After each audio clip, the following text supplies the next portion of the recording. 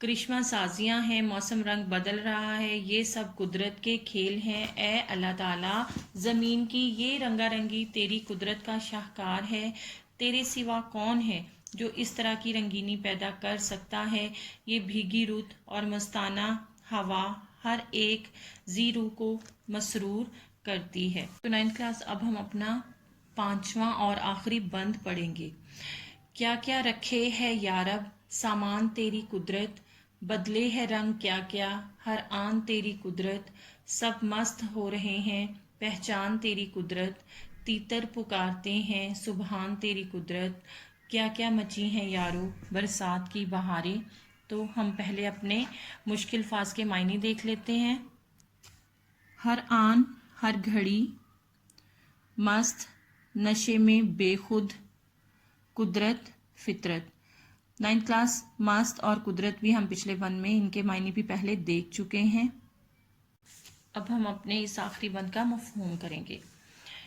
کیا کیا رکھے ہے یارب سامان تیری قدرت، اللہ تعالیٰ نے کیسی کیسی کرشمہ سازیاں کی ہیں، بدلے ہے رنگ کیا کیا ہر آن تیری قدرت، ہر آن رنگ بدل رہے ہیں، سب مست ہو رہے ہیں پہچان تیری قدرت، اللہ تعالیٰ کی قدرت کو دیکھ کر ہر ذی روح مست و بے خود ہو رہا ہے، تیتر پکارتے ہیں سبحان تیری قدرت۔ انسان تو درکنار، پرندے خصوصاً تیتر بھی اللہ تعالیٰ کی تعریف بیان کر رہے ہیں۔ کیا کیا مچی ہیں یارو برسات کی بہاریں، ہر سمت برسات کی بہاروں کی دھومیں مچی ہوئی ہیں۔ ایک بار پھر مفہوم پڑھتی ہوں۔ اللہ تعالیٰ نے کیسی کیسی کرشمہ سازیاں کی ہیں، ہر آن رنگ بدل رہے ہیں، اللہ تعالیٰ کی قدرت کو دیکھ کر ہر ذی روح مست اور بے خود ہو رہا ہے۔ انسان تو درکنار، پرندے خصوصاً تیتر بھی اللہ تعالیٰ کی تعریف بیان کر رہے ہیں، ہر سمت برسات کی بہاروں کی دھومیں مچی ہوئی ہیں۔ تو 9th کلاس، اب ہم اپنے اس بند کی تشریح کرتے ہیں۔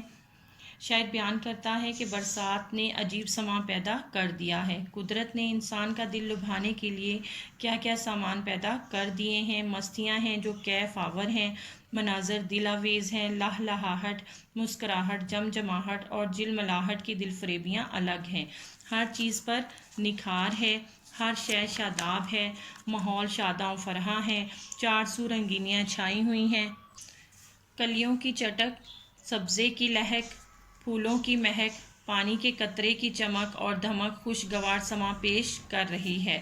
یہ رنگا رنگ سماں قدرت کا خاص عطیہ ہے۔ برسات کا یہ حسین موسم دلوں میں جوش، ارتعاش اور مستی پیدا کرتا ہے۔ قدرت کی کرشمہ سازیاں دیکھ دیکھ کر سب لوگ مست و بے خود ہو رہے ہیں۔ نظیر کہتے ہیں آسمان بالکل صاف ہوتا ہے، سورج اپنی شدت کا مظاہرہ کر رہا ہوتا ہے کہ اچانک ایک جانب سے بدلیاں اٹھتی ہیں اور پورے آسمان پر چھا جاتی ہیں، چند لمحوں میں تیز بارش سے ہر طرف جل تھل ہو جاتا ہے، بچے، جوان، بوڑھے، عورتیں سبھی اس بارش سے لطف اندوز ہوتے ہیں۔ بچے تو گلیوں اور بازاروں میں چھینٹے اڑاتے ہوئے بھاگتے پھرتے ہیں، یہ سب اللہ کی قدرت کے گن گاتے ہیں۔ جانور اور پرندے بھی اللہ کی شان بیان کرتے ہیں، تیتر بھی اپنی دلکش آواز میں سبحان تیری قدرت کے راگ الاپنے لگتے ہیں۔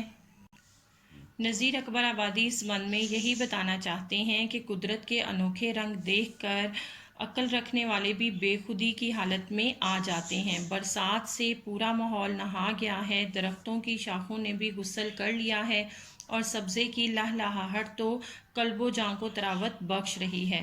نذیر مزید کہتے ہیں کہ انسانوں کی مستی اور دل فریبی تو ایک طرف، برسات کے حسین اور دل فریب مناظر سے تیتر بھی حمد الہی میں مصروف ہو گئے ہیں، ان کی زبانوں سے بھی سبحان تیری قدرت کی آوازیں بلند ہو رہی ہیں۔ شاعر کے کہنے کا مقصد یہ ہے کہ برسات کی بدولت انسان، چرند پرند سبھی نہال ہیں اور قدرت کی عنایات دیکھ دیکھ کر ثنا خوانی کر رہے ہیں، گویا ہر طرف برسات کی بہاروں کی دھوم مچی ہوئی ہے۔ تو 9th کلاس، ہم پہلے 2 سوالات کے جوابات پڑھ چکے ہیں، آج ہم تیسرا سوال پڑھیں گے۔ چوتھے بند میں کون سا لفظ بطور ردیف استعمال ہوا ہے؟ تو 9th کلاس، اس سے پہلے میں آپ لوگوں کو ردیف کی تعریف بتا چکی ہوں، پھر دہرا دیتی ہوں۔ ہر شعر میں ردیف کا لفظ یا الفاظ ہو بہو دہرائے جاتے ہیں اور ان میں کوئی تبدیلی نہیں آتی. تو ہم نے دیکھنا ہے ہمارے اس بند میں کون سا لفظ بطور ردیف استعمال ہوا ہے. تو 9th کلاس آپ لوگ دیکھ سکتے ہیں کہ چوتھے بند میں کوئی بھی لفظ بار بار نہیں دہرایا جا رہا، اس لیے ہمارے اس سوال کا جواب یہ ہوگا کہ اس بند میں کوئی لفظ ردیف کے طور پر استعمال نہیں ہوا. سوال نمبر 4، تیتر اللہ تعالیٰ کی عظمت کیسے بیان کرتے ہیں؟ جواب، برسات کے موسم میں انسان تو انسان، پرندے بھی اللہ تعالیٰ کی حمد و ثنا میں مصروف نظر آتے ہیں. تیتر جب بولتا ہے تو ایسا محسوس ہوتا ہے جیسے وہ کہہ رہا ہو، سبحان تیری قدرت، سبحان تیری قدرت. 9th کلاس امید کرتی ہوں تشریح سمجھنے میں آپ کو مدد ملی ہوگی.